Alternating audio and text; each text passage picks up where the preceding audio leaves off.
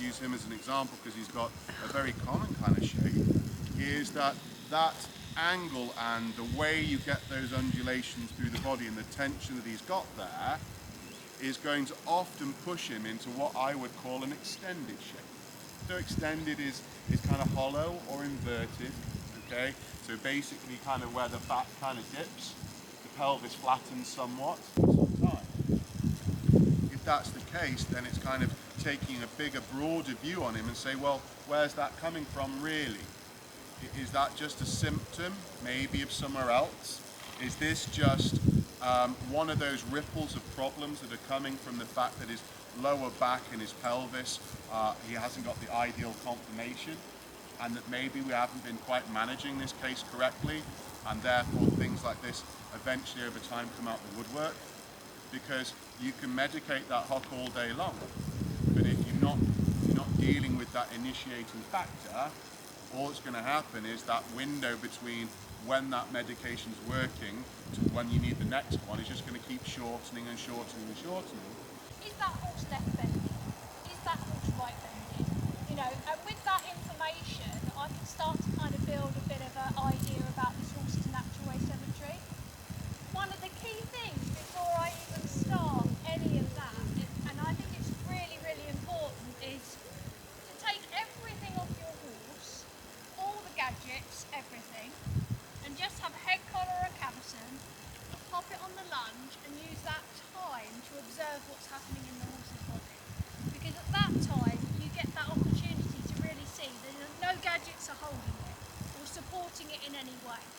So I'm going to do that in a moment and just do a little bit of a lunge for you so you can just see his natural way of going.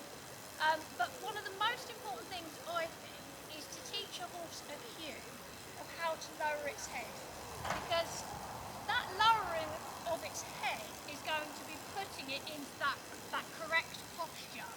If he's going round with his head up here like this, he's going to be hollowing through his back and he's not going to be using himself correctly. So with that, with him looking a little bit to the left there, that's sort of saying to me that this side of his body, the muscles are a little bit tighter, they're kind of pulling him this way. And this side of his body, they're longer. So it's quite easy for him to go round like that, you know, and then the other way we need to kind of stretch out and encourage. So it's a really good place just to sort of observe what's going on in your horse's body. I don't know if I've got these at the right distance, they're probably not. But as you walk him through here, you'll see, because they're slightly different looking, they're going to make him do that. That's what we need. We need him to lower his head. We need him to lift his back. Sorry, these ones. Sorry.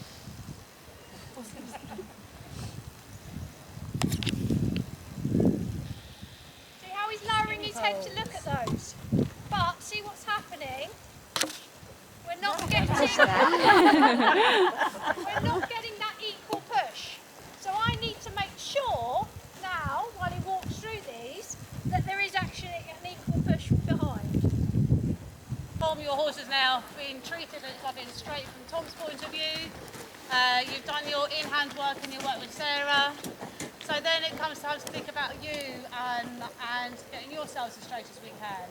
So I quite often have people who come to me who like to take the opportunity that while their horse is being rehabbed or is out of work, they come and have some sessions with me and the mechanical horses where they can start to straighten themselves out as well. One of the first things you always need to do with any rider is once they've got on the horse, so I'm going to assume that we've got a nice is to check that the saddle is actually sitting straight, because so many times you'll see somebody get on and go, oh, let's put this stirrup down or fiddle around, but actually just double check that everything is nice and straight and our horse is falling to the right. If anyone's got any questions or wants to chat any further, then obviously come and find any of us. But I know that I think Sarah's got some refreshments in there. Yeah.